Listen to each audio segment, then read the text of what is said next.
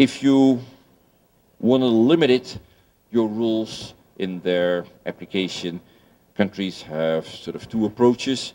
They can either list countries that are sort of bad countries, or they can describe in some detail, lay down in the statute in some detail, what sort of income is tainted, what sort of income is being covered by the CFC rules. If you list countries, you should be ready for quite a bit of homework. If you list countries, of course, first you have to simply go through the enormously long list of all the countries in the world. You've got to check their tax regimes and make a determination whether, because of the tax regime, those countries should be included in the list of bad countries. And you've got to keep your list up to date. So you've got to keep yourself informed of all sort of developments, as a result of which bad countries may become good countries and the other way around. Further, rules may result in some countries that you would consider friendly countries to end up on the list in a very different setting. I understand that Brazil, not too long ago, drew up a list on which the Netherlands appeared. And I think within 2 weeks that list was changed after some diplomatic protest, in which I think the Dutch ambassador explained the particular reasons why the name should be removed from the list. So that's sort of another thing of lists, you've got to be careful, because they may counter other interests you may have in maintaining good relationship with other countries. Tax base erosion, a hugely important area in which countries may have very detailed rules. We will not discuss these rules in any way. I will simply mention them here, and they're very well-known rules. Many countries have rules today against the thin capitalization, which would result in too great amount of interest being deducted, whereas the dividend payments would be limited. There would be a sort of a biased debt equity ratio. Earnings stripping rules, which effectively will also rip the tax base of much of its substance, and more specifically types of rules that will limit the deductibility of interest. And one more sophisticated variety of that third type of rule is interest boxes, as have been developed in a few European countries, where interest income and interest expense are put in a box, and that box is controlled by particular rules, including a low tax rate. But that low tax rate is only applicable to the income and the deductions that meet particular limits and tests. The manipulator's favorable income character. This actually refers to the case where, if in a country capital gains are tax-free and dividend income is taxed, the taxpayers will try to convert taxable dividends in tax-free capital gains, or the other way around. I understand that in Brazil, dividend is tax-free.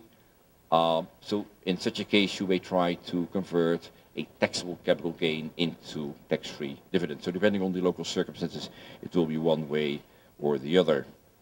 And another type of this approach is that sometimes under thin cap rules, the amount of interest that is disallowed as a deduction is treated as a dividend, with all the tax consequences of a dividend different from being interest. Tax arbitrage, as I said a minute ago,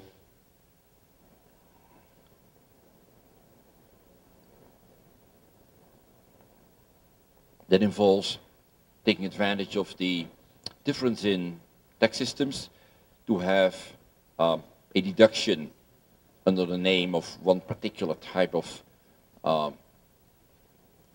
income. In the one country, the country where the income is realized, it will be characterized differently. and will either qualify for a lower tax or no tax at all, tax arbitrage.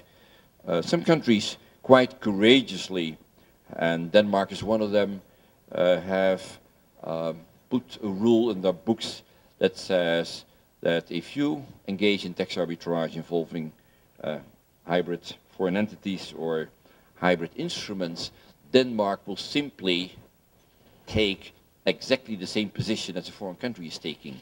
So thereby very effectively removing any sort of arbitrage that may take place. But that does mean that two taxpayers, one engaging in tax arbitrage with, let's say, something in the United States and the other one with something in the United Kingdom, if they both do the same, they may end up differently, because Denmark would, for the United States, look at how the US is dealing with it, and for the UK with how the UK is dealing with it, which may be quite differently.